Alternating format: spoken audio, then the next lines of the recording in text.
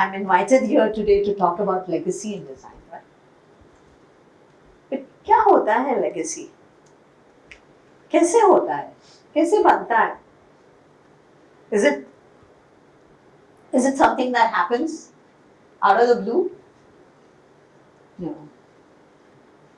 So, anyway, to continue a little further, but legacy doesn't happen in a moment or through your achievements. It happens because of all the experiences you have. Have you used those experiences to do various projects? How those projects reflect about you. At some point, in a mild way, it becomes your design statement. And maybe that's what you're remembered for later on. When you look at India, we have so much with us, but we're not looking at our own self. We're not looking at our own context, our own experiences. We're looking out, Pinterest. I established Triple ID in Ahmedabad, and it was a very difficult thing to do because this is a city of architects. What is your concept? Design concept क्या है? Interior में design concept क्या है? I used to feel bad. कि कहाँ से लाएंगे? There's not a single book that talks about these things. Once you go into the work world, you realize that creativity is a smaller part, but there is a huge business angle. There is the business of design. And the last thing I would say, never fall in love with your own projects and design. The day you fall in love with your own work, over.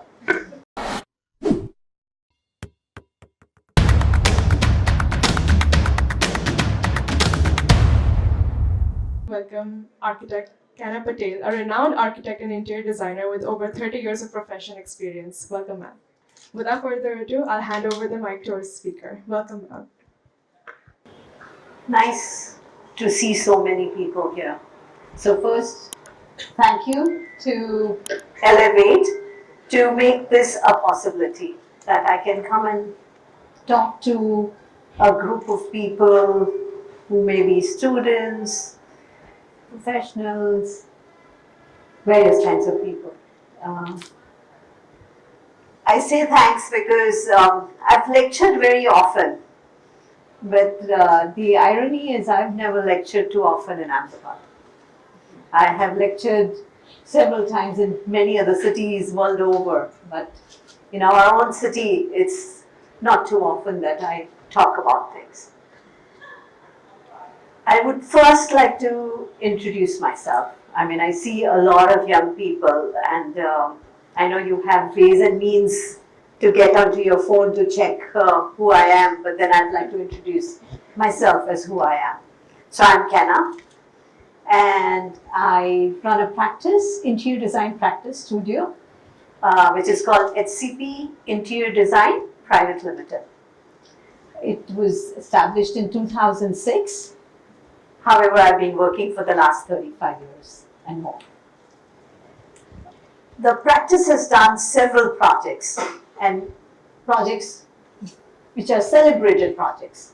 And it's been I would say, a pleasure and a journey to be part of a practice which started extremely many years ago. So in that sense, if I would put it, I started actually working after my undergrad in 1986. Maybe most of you weren't born by then. What I've chosen today is you must have been attending a lot of talks today, right? You must have been seeing a lot of stuff. I have decided that this is going to be a conversation. It's not going to be a monologue. I also want to get to know you.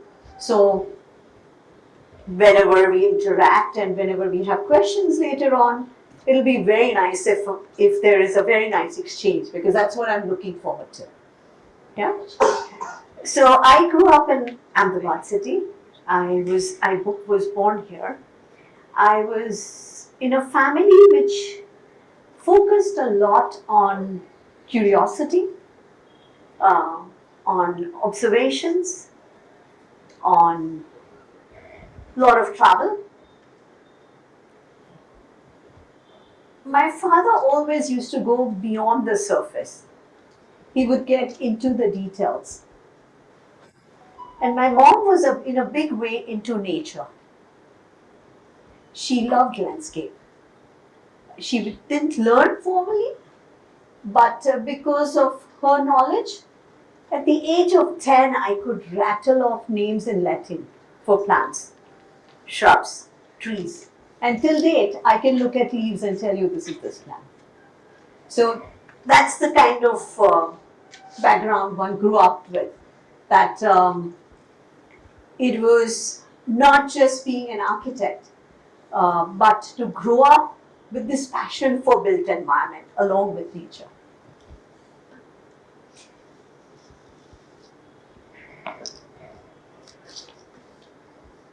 A little bit more about myself.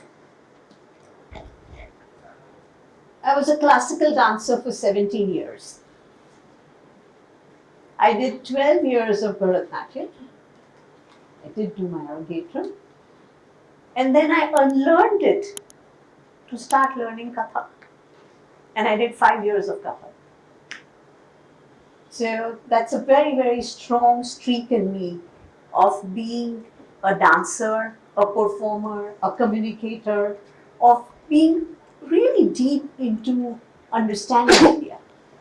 I mean, you may ask a simple question, why did I switch from Bharatanatyam to Kathak? Bharatanatyam was in Karnataki classical music. And after Arangetram, I realized that I could not connect to Karnataki classical music at that deeper level. And dance and music is so connected that if you are not into the music in a big way, you are not part of that whole dance movement. And which I could do it with Hindustani classical music. And so to make these kind of changes, to unlearn something that you've done and to relearn something became a streak in me. Going further, I did architecture from CET. And then I did my master's from UC Berkeley. It really broadened my horizon as I went to Berkeley. Like some of you, I was living at home till then. That was my first time that I was out of home, independently, living on my own. That was beautiful. All the exposure I got while I was studying, the kind of courses. That landscape streak continued. I did a 4-credit course in history of landscape. I didn't let them mark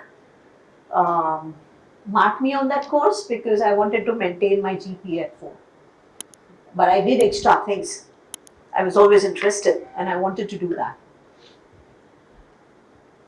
I traveled in a big way in Europe. I traveled as a student because I went for my training to Switzerland. And I traveled later on. I've lived in many different countries, actually lived, which is much later, but so I have a huge exposure of the world, of the European world, the American world because of the education and because I work there. So in short, I am educated as an architect, but by choice, I have chosen to practice as an interior designer. And it's a very big decision, but a strong decision. And that's what I've done. Which doesn't mean I've not done architecture, but I can count on my fingertips. I've done 13 buildings exactly. But interiors I've done many over these years.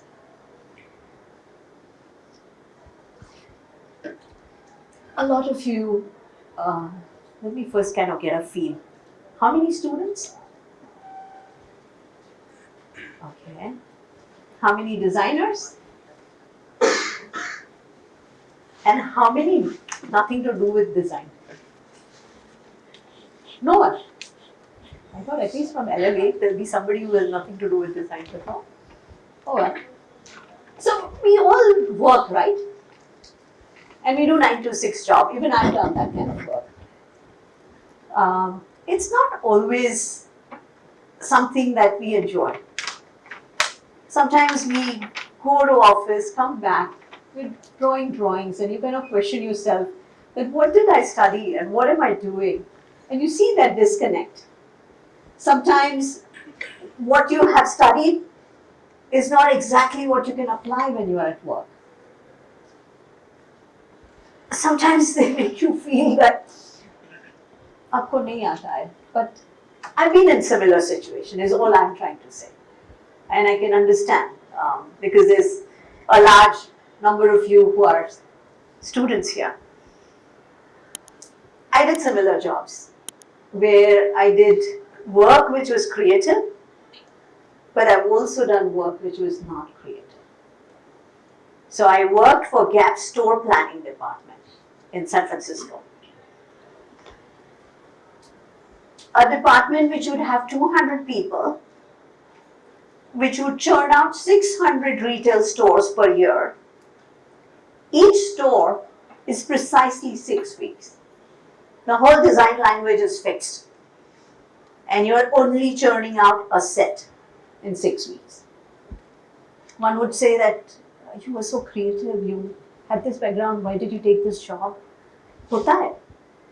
But my attitude has always been that from any situation, one can choose to learn.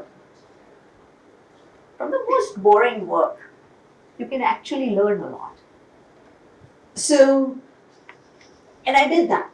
So with all my work experience behind me, I learned a lot of stuff from my times working abroad.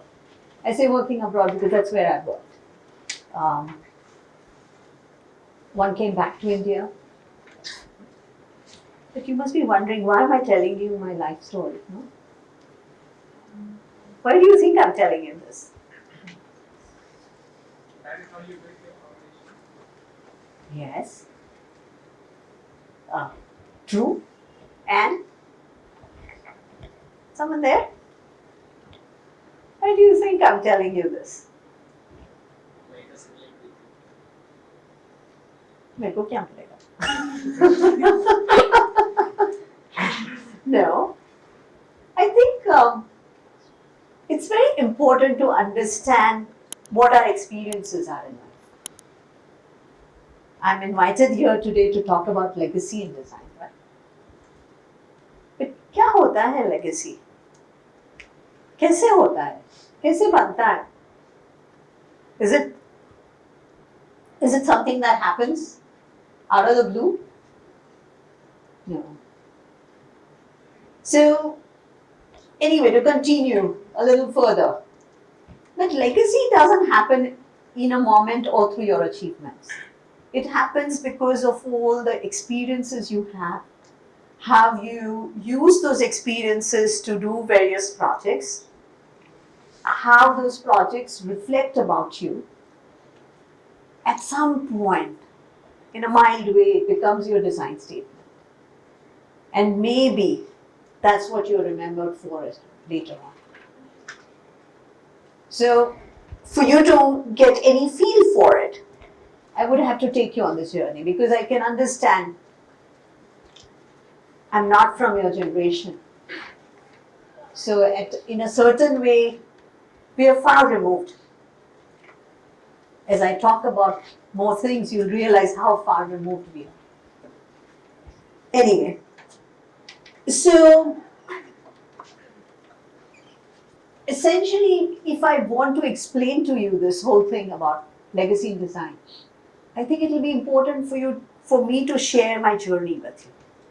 So it's more like journey of design. If I share that, you will have some feel for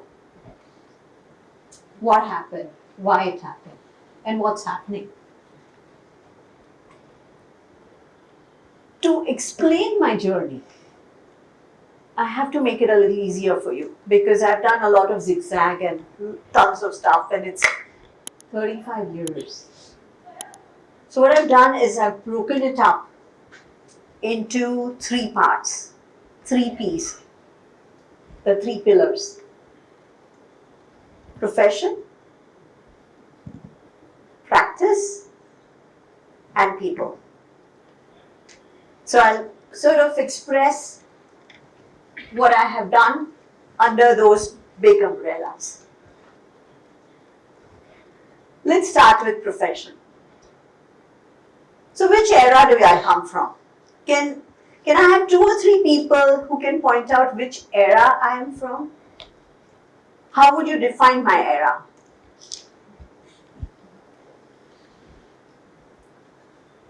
The peak of your career. नहीं मैंने चालू किया तब. No computers. Yes, you're right. Who said that? Yeah, you're right. No computers. I learned computers when I was 29 in Berkeley. So I didn't grow up with computers. Then? Socho. No interior designing that much. The profession had not evolved. So I will talk about that a little bit. Where interior design was then. There were no copier machines. There was no internet. So when I say when there is a no copier machine, what does that mean? When I did my undergraduate thesis here, in Berkeley there was one. But here in '86 when I was printing my thesis, it was a room 10 by 12. There was this big machine. It would throw light on a plate. The plate will pick up the carbon powder according to the image. You throw a paper on it, you roll a roller, and you would get a black and white image of whatever you had put. That's 1 page. And this is at set. That's how you created copies. When I said no computers, there is no InDesign. So you're sticking each photograph. You're drafting out the whole grid line. There were no computers. What was there? In Paldi at Pranal Bhai's studio, right near there was a guy who did electronic typing. So he will type it, and then you will have these little strips of script, which you will stick it in a straight line to form a paragraph. Tedious. I still have those plates. It'll be so much easier now to copy it. But that's the era I come from. I think it's very important to understand that. That doesn't mean we couldn't do a lot of things. We did it. The only thing was it took a lot longer to do things. When you don't have digital, there was no digital camera. It was rolls. And you went into darkroom to develop prints. If you wanted to do a mood board, you couldn't compose. I mean, you just had to stick things, again go and take a photograph, and then use that photograph as your mood board, or take the mood board the way it was. It's a different era, and that's what I began with. Just to give you a little bit of context, I'm not saying that was a disadvantage, but janna to chahiye ki where I was, what I began with, what made me think the way I thought. Yeah. So where was interior design as a profession? Interior design as a profession, because I'm going to talk about profession. Interior design as a profession was still something that people studied for 2 years in Sophia in Mumbai. There were no other programs. And it was like a finishing course, do something. Or you did home science at SNDT in Mumbai, and you took, in home science, you took interiors as your subject. This is where the profession was. And it's not too many years ago. I'm talking about 1986, 87, 88, continued till at least 90 at that level. When you look at magazines, Elev8 is part of the world of journalism. There was only one magazine, Inside Outside. And who would write for interiors? Non-designers. What would the magazine look like? Pretty old style. But there was a magazine. Sheila Sahani, if I remember, was the lady who was heading it at that time. There were no trade shows like this, what we are seeing, like this event where we are seeing all these things. There was no social media, there was nothing. So that's where one began. In the profession, when you enter, and when by choice, like I said, I chose to move from architecture to interiors, what all did I do in terms of profession? So I invested in a very big way towards the profession. So whatever I did was not only for my personal growth, it was also a benefit to the profession. So while I was building my career, I was also influencing the profession. In which ways? So just to reconnect back at the magazine level, whenever I published a project, I will compose the page layouts to influence them that, a design magazine needs to have a little more flair. Most of the time we wrote the matter because I didn't want to write that my blue cushions are matching the blue painting. So we wrote, we did layouts. As far as Ahmedabad was concerned, I was the founder chairperson for bringing Triple ID to the city. I established Triple ID in Ahmedabad, and it was a very difficult thing to do because this is a city of architects. How many architects here? Many of you. And my toughest thing was when I would ask somebody to become a member. If they were an architect, they would say, they may be doing 50% of the work in their office interiors. But member nahi banega. Difficult. It was difficult. It was like moving a ship in a desert. It was not easy. So those were the early years. There was nobody to take over, so I ran it for 4 years before the next team came on board to take it forward. When it came to teaching, there was School of Interior Design. But mostly people teaching were architects. People, their heart is in architecture. But they were teaching interiors. So obviously you see nothing. But when I went for juries, I realized that I have to contribute. So I started doing being a guide for undergraduate students for their research work. And what I tried to do is push them to pick hardcore interior topics for research. So, say even if they were studying lighting, then lighting is for interiors, or they were studying color, then color in reference to interiors, how color. It may seem easy, but at that time, in a hardcore architecture school, when a program is being run to try and introduce these things, was a contribution. I went for juries. My fellow juror members, some were very few were interior designers, most of them architects. Again, they'll all ask the students, maybe they still ask students, what is your concept? Common question, no? What is your concept? Design concept क्या है? Interior में design concept क्या है? I used to feel bad. कि कहाँ से लाएंगे?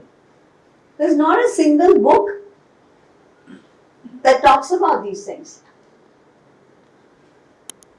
And then they would ask, how is it connected to India? Again, what do we have? So I chose not to run studios, I chose to teach theory. Because theory, most of us find theory very boring. Like professional practice, I was taught by an engineer at SET. So I taught professional practice for interior design students. Then how do you run a practice? How do you establish a practice? What it takes to run a practice? The business angle of the practice. I taught materials, how to understand surface treatment materials. I taught about lighting and interiors. And a lot of it was mostly 2 or 3 credit course. SEPT has this system of registration. It will always get overbooked. And I'll have huge number of students. Sometimes 80, sometimes 100. So if it's an elective, it still had people. They would ask me if I was going to teach. So I made theory as interesting. And theory so that it can support the profession. Why? Because interior design needed to be respected. It needed to be understood at a deeper level. So that's about teaching, research. What else did I contribute in the profession? Systems, processes, setting up the systems. What do you mean by systems? Why do people think that interior designers never deliver on time? Why do they think that interior designers always overshoot in terms of cost? But if you have processes and systems established, then you're not viewed in that manner. You gain respect. So to establish those systems within the office, a set of drawings, they're not going to look like architecture drawings. They are going to look like interior design drawings, and they're different. And to kind of find that balance. What else? Working with vendors. What do I mean by working with vendors? मेरे ज़माने में vendors आएंगे. Most of the time they'll say, I have these 10 tiles, but they have no code, they have no number, and they give you no samples. So I'd say, why don't you cut it into a smaller piece, give it a code number, label it, my office boy will help you label it. If a chair company came to sell chairs, they would have no order forms. So I would say कि left या right कि क्या, and we created order forms for a lot of vendors. When it came to fabric, upholstery, they used to keep fabric in rolls, and they would give you a small sliver. जैसे धालगरवाड़ में you go to buy fabric, and you would have to label it. You would have to try and remember it. When you order it, you have to cut another sliver from there and stick it on the paper. So to change it from there to something better. So changing the ways the vendors worked. So we've talked about vendors. Then comes contractors. Poor contractors. They needed work. They were sandwiched between the client and the designer. And they needed to be guided. There were no work orders. There were no systems. So to establish those systems, how estimates are done, how things are put together, what does an interior estimate look like? It's not going to look like a civil estimate. How many breakups will it have? How do you express this to a business person? So these were some of the contributions that one made as a professional towards the profession while one practiced and made that. And I was quite happy to share it because then those contractors or vendors will take it to other designers and then many more benefited from the whole thing. So in short, that was during the early years. But that journey never stopped. When we were appointed as interior consultant for Central Vista project, which is a huge project, the largest project in this country. It had many obstacles, but the obstacles turned into opportunities. How do you run such a huge project? You would have interior budgets which would be 600 crores. How do you put tenders together? How do you put information together? How do you stop from wrong things happening? How do you communicate? So this is some of the things that we've recently done, and we've raised the benchmark that interiors can be run in a very specific way. This is how it can be communicated about. And it meant a lot of exchange. To add to it, we were doing Central Vista work during COVID time. The lockdown began and we were working on Parliament building. How do you work when everybody's at home and you have to coordinate and work towards it, and there was no room that we could delay the project. You know that the work went on in Parliament during COVID. It opened precisely when it was meant to open, 2 years from the time it began. So that was a challenge. The communication systems got even better. And these are systems that benefits the profession, a project to start with, but the profession at large. Let's move on to the second pillar. The second pillar of practice. An interior designer's practice. So the first thing was to position the profession. Mostly interiors is an afterthought. It's not something that client says that this is going to be my architect and this is going to be my interior designer. It's something that comes later on. Or unfortunately, it could end up being an architectural practice which says we'll do the both for you, and then you just have a small team managing the interiors. So that was the biggest thing, to convince architects, clients to bring us on board at the right time so that we could contribute. The other tough part was, we all talk about creativity, right? But once you go into the work world, you realize that creativity is a smaller part, but there is a huge business angle.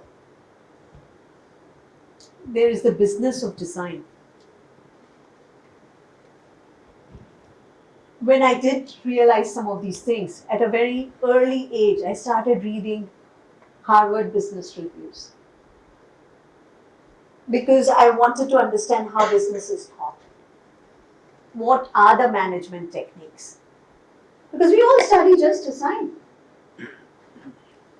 And it's not enough. And I also bought a beautiful book which is called The Business of Design. I remember at that time there was no Amazon where you can order books, okay?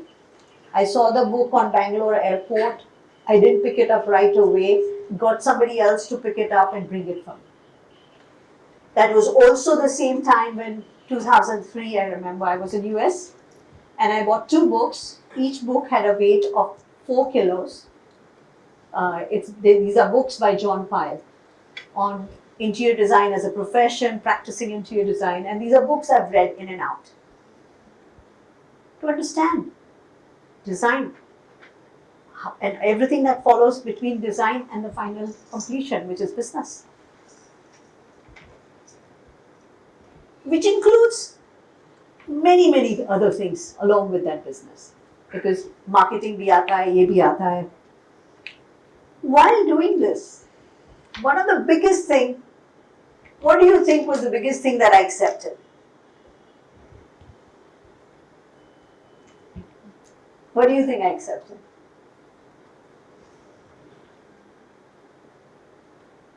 Moving away from architecture and तो choice हो गया था and I've never resented. No? Very simple thing. Change is inevitable.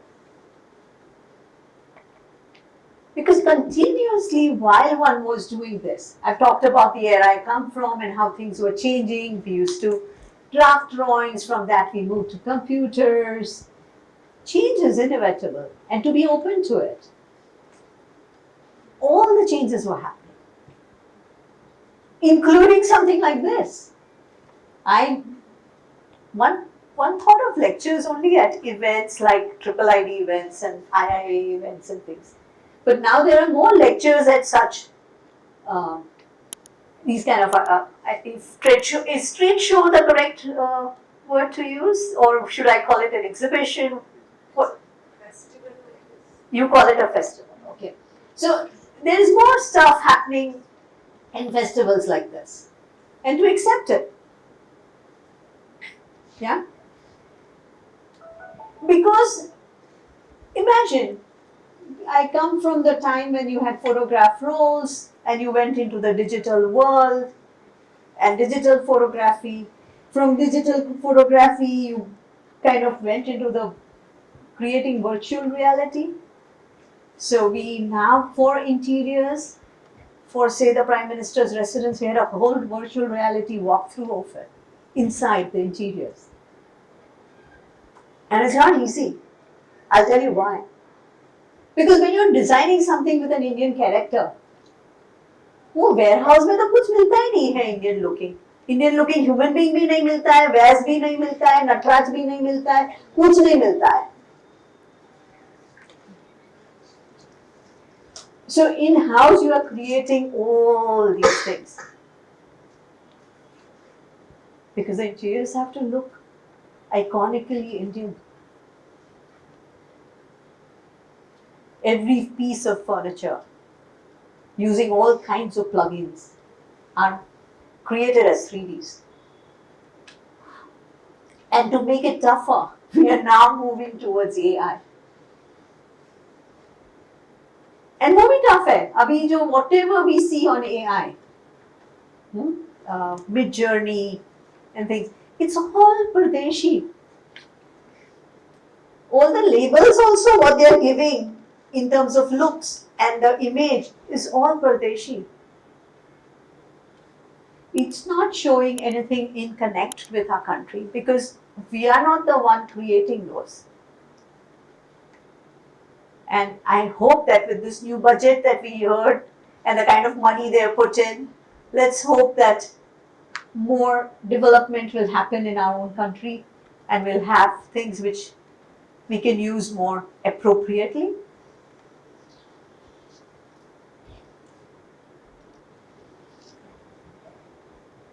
So to keep that change happening, one had to be very tech friendly.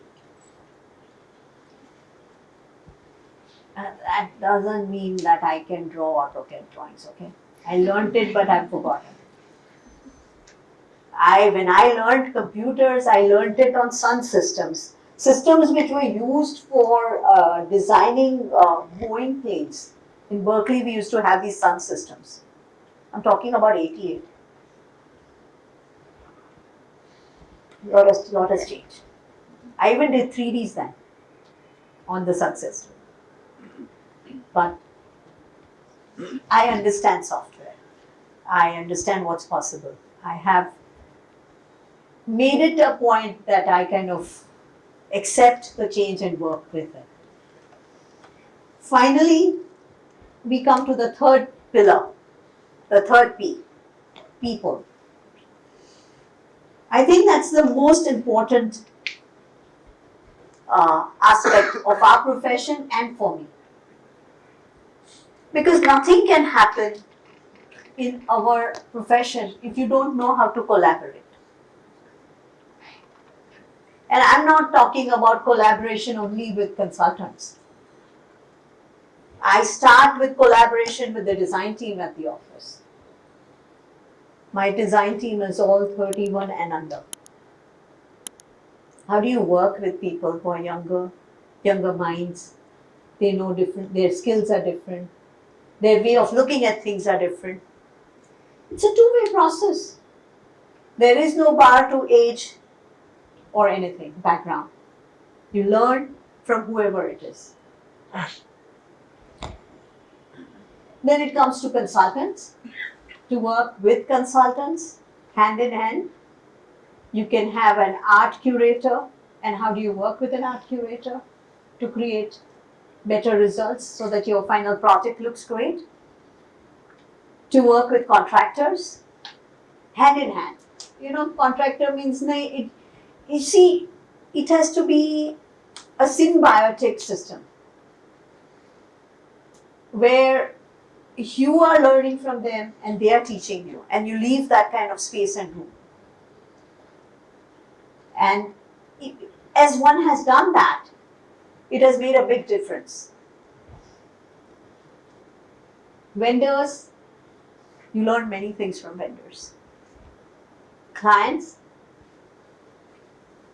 it is not easy when you have very special demands. So the biggest demand in the last few years has been, I don't want colonial furniture. I want furniture which is rooted in Indian vernacular furniture. Now imagine what it has taken to create a string of furniture pieces that are rooted into it. So by adapting to this collaboration, I have remained in sync with the younger generation.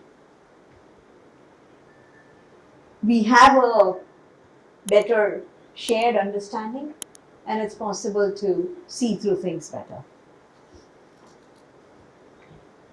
So this is, in a way, a glimpse of my journey.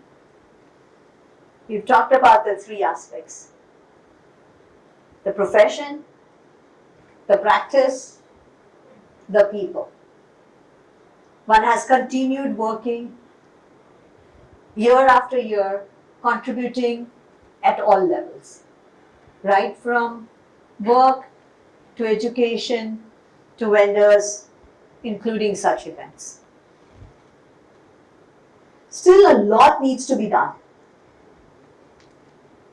The profession, as interior design profession, do you know that there is no council? There is Council of Architecture at the government level, but there is no council for interior design. We are clubbed under architects, and which is not very helpful.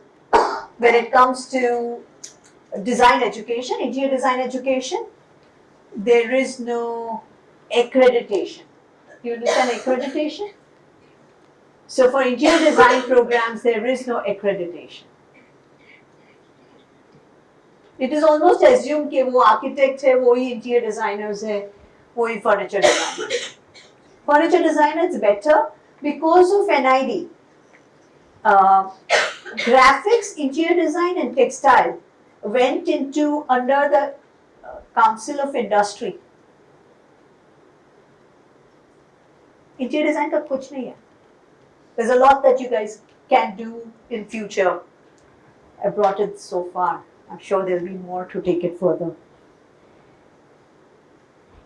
Narratives in interiors.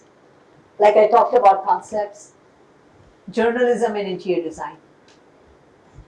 There's a lot of room for improvement. Because, say take for example, when you open beginning of the year a magazine, it tells you what's the color of the year. When you talk about color of the year, then it's almost like talking about something that's trending, no? And it'll trend only for that year. What is the difference between fleeting trends and timeless design? Somebody from behind. What is the difference between fleeting trends and timeless designs.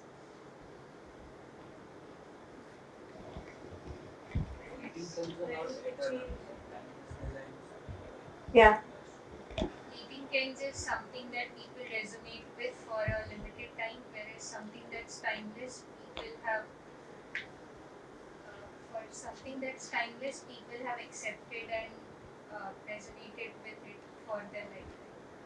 Yeah, I think Keep changing over the time, to a certain time, but timelessness would continue for a long, forever.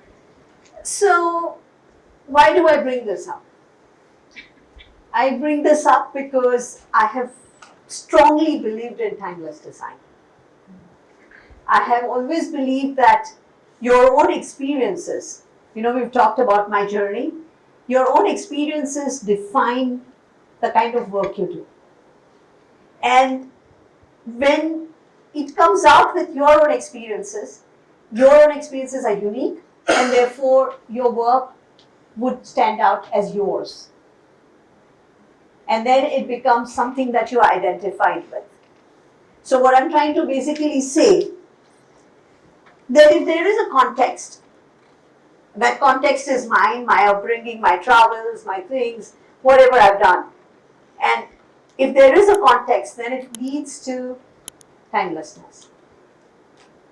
It leads to something being far more meaningful. And if you can think in that manner, then you can create projects which are meaningful. With this strong belief, one of the last things that I've done, this last year I launched this book. There are several reasons why I wrote. One was that jury wala thing. That people are asked, what is your concept?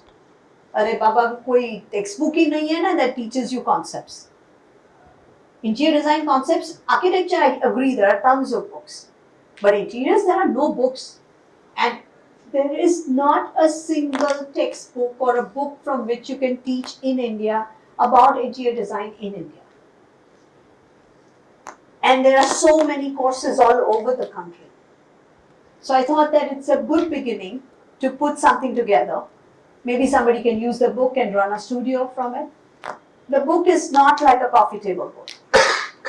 It's got only 5 projects. And it talks about design principles, our design philosophy of timelessness, explained through these 5 principles, through these 5 projects at length. And it has been a joy to put something like this together, and it has also given us the inertia to start the next book. So in short, what I'm trying to say, I've talked about my journey. So what is legacy? What creates the legacy in design? It is not that moment. It is not that achievement.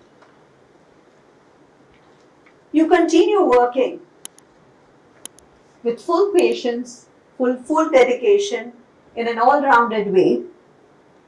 You work on each project. You interact each time. And each moment you give to it. And I think this is what builds an identity to the kind of work you do. In a way, you are contributing towards the field.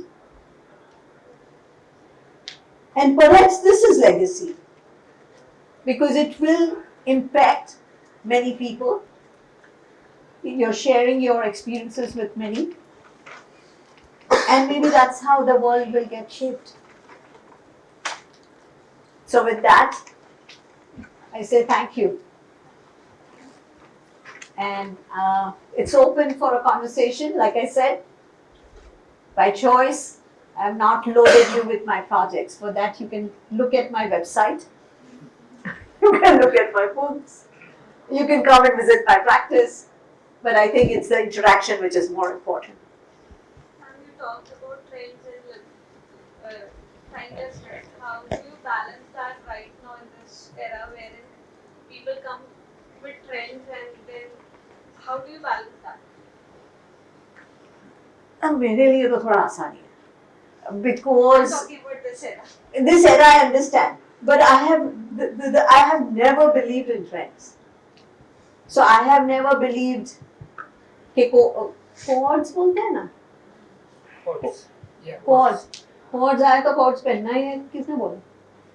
I'm like a 5-footer. I'll wear a coat and look like walking around in a pajama. So I have never, because I have never been able to justify it. I'll tell you why. Because I don't see a reason. अभी बोलते हैं terracotta है ना ये साल का colour, कुछ ऐसा ही कुछ है ना? हाँ. But what the hell, man? This is a country of colors. Who is going to define that you're going to use those colors? If you think a little further, okay, why the trends are set? Trends are set to make manufacturing easy. It's an ease in consumerism. Now you have to ask yourself that you want to be consumed, okay, you want to not be consumed. And I think when you look at India, we have so much with us, but we are not looking at our own self. We are not looking at our own context, our own experiences. We are looking out, Pinterest, everything else. So I think the moment you start looking for meanings, the way I put it, and when you don't find it meaningful, you're not going to do it. So ये era में भी I'm part of this era. At least I think I'm part of it. I try to be. Right, Manish? We have to be part of this era. We can't become. No, we got to be part of it.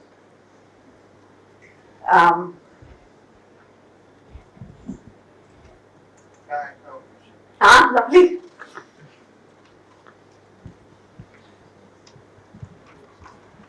I've seen some of your works, not actually physically a couple of places, but the selection of materials in a very controlled and very, how they all meet functionality. Nowadays, see, the market has too many materials and too many synthetic materials and flashy materials, which drives interiors industry as a primary surface treatment rather than looking into the quality of space which interior design is supposed to create.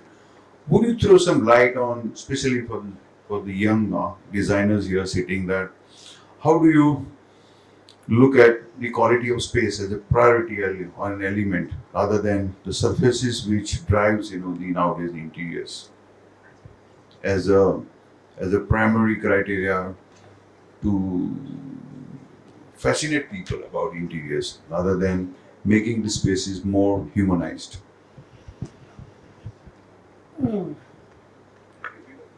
No, quality of space.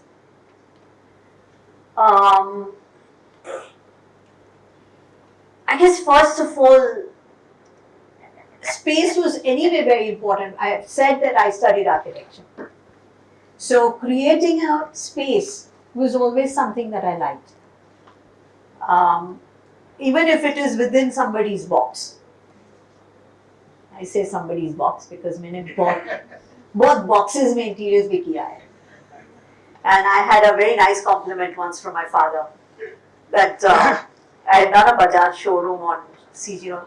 You have a very nice way of breaking the square because everybody's so much into it. But then I've never had a chance to be in Zaha Hadid's building, which is not a square. So, but the Jamana I came from. So creating space is experiential. It's how much you love being in an environment.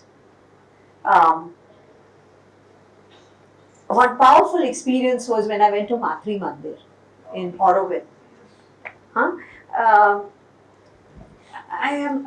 that time I didn't even do yoga. मेरे को कुछ नहीं आता था. But just that experience of the entry and what happened and how you get in. So I always made it a point to create the space. I made it a point that when I travel, I go and look at a lot of stuff. So if I were in Pune, going to Manish's office was a treat. And I went, I made it a point. He said, come. And it was a treat, the way the space is created and the way the ventilation and how it's happened. So you have to treat yourself to a lot of stuff when it comes to space creation. When it comes to materials, one of the things I unlearned about architecture. Everything doesn't have to be matte. Everything doesn't have to be wood. By now I like bling bling. Okay? I will go and do something which will have that. Because I think it's a balance. At the end, it's your clients, no? The clients live a dual life.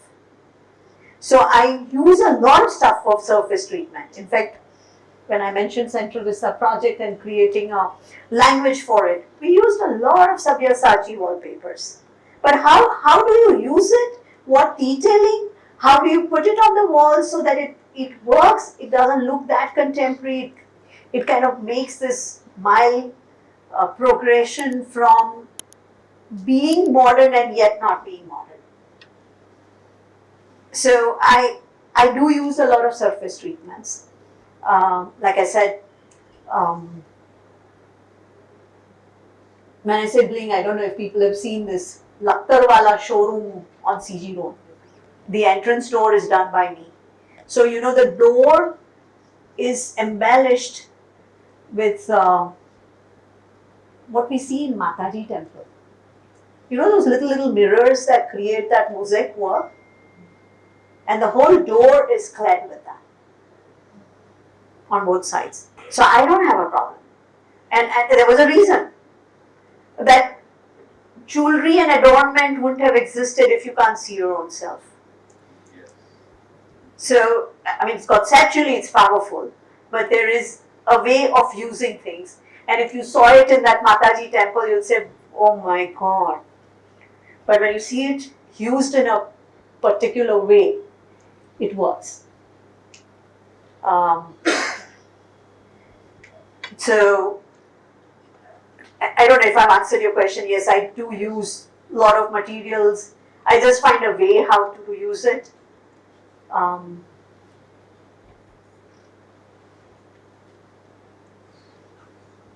They've given us 1 whole hour. Huh? I have a question.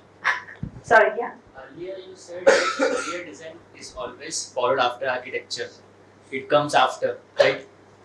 So what if we want to bridge that gap? Like first you make something in architecture, then the interior follows, and then the product design follows. What if we want to inspire people to make architecture based on interior? मैं तो बोलती हूँ to think inside out.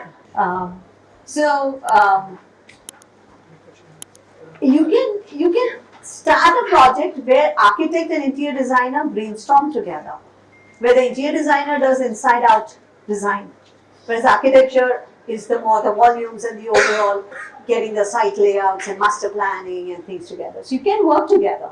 But पहले तो architects should decide to have an interior design consultant, no? होगा. It will happen at one point. So I wanted to know like how you keep yourself creative. So with the business angles, the creativity also dies when you have to grow your business or have to mass manufacture for something and do. I am basically talking in a product line, but in the interior surface also, like how you manage your creativity with the business angle. Because in today's world, Pinterest is the most media where people gets inspiration from. So how to keep our design be inspired from and be creative as well. So first thing, don't use Pinterest as your way to inspire yourself. So I inspire myself from non-design worlds. So say for example, if I'm traveling to London, it's family and home for us. we will book tickets for theatre there or for dance performances there. That means I can't buy expensive clothes, but because those tickets are expensive. But I'll go and look at plays. So I will, if I'm in Mumbai, I will book tickets at NCPA. So I go in other fields like dance, theatre, landscape. Just today I posted, I think, on my Instagram, I went to Parimal Garden. I can't believe how beautiful they made it. So I make sure that I see things correctly. One can read. So my metaphors for creativity come from other things. Very often it also comes from cooking. I'm very fond of cooking. And I don't cook. But I ensure that it gets cooked. And I monitor it. And I know it, I can cook when I need to cook. But I learned a lot from cooking. So I remember once cooking with this friend of mine, and we were making chicken and we added that, it had a very soft sauce in it. And then we added the walnut to it. And it was like having that little crunch along with the softness. And that's, in design you do the same thing. That you have very strong hard surfaces with the very soft surfaces and things. So you can learn from many fields, and if you decide to do that, you don't need to go to Pinterest, and your creativity never dies. And the last thing I would say, never fall in love with your own projects and design. The day you fall in love with your own work, over. We have two masters here, ask them, they do the same, they do fantastic work, and they'll probably tell you the same thing.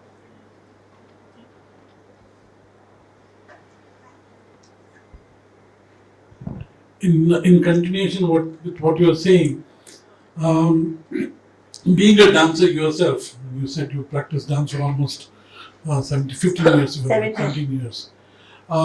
Did that influence your creative thinking process during your starting time, and has it played a role in your practice through and through? Absolutely.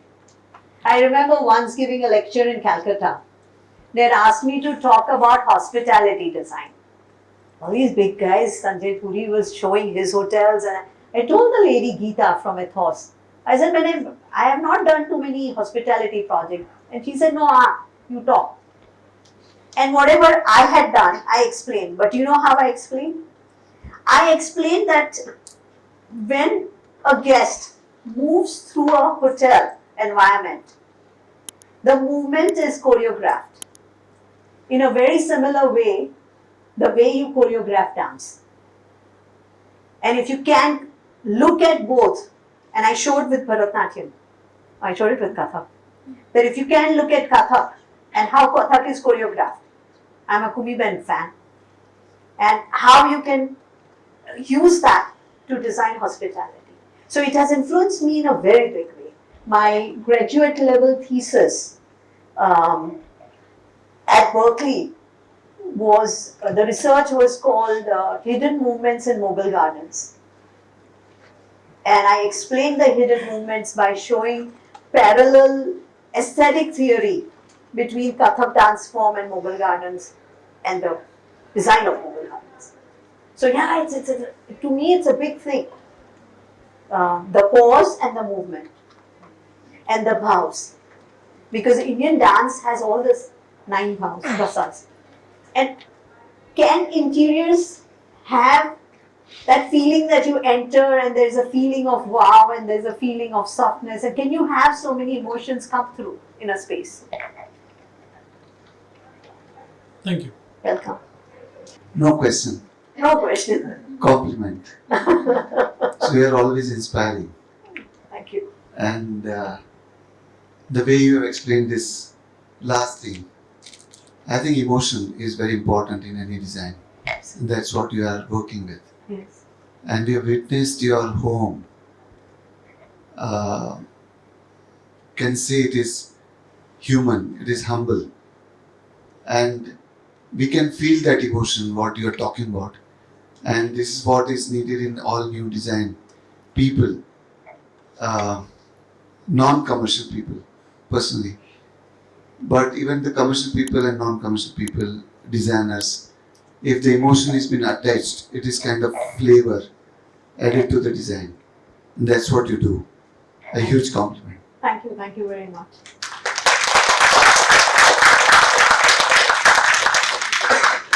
That's it, right? So it was my conversation, my Quora lecture with not too many slides for you.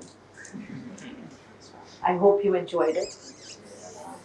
I hope I could bring something to you. Thank you. Welcome. Thank you, ma'am.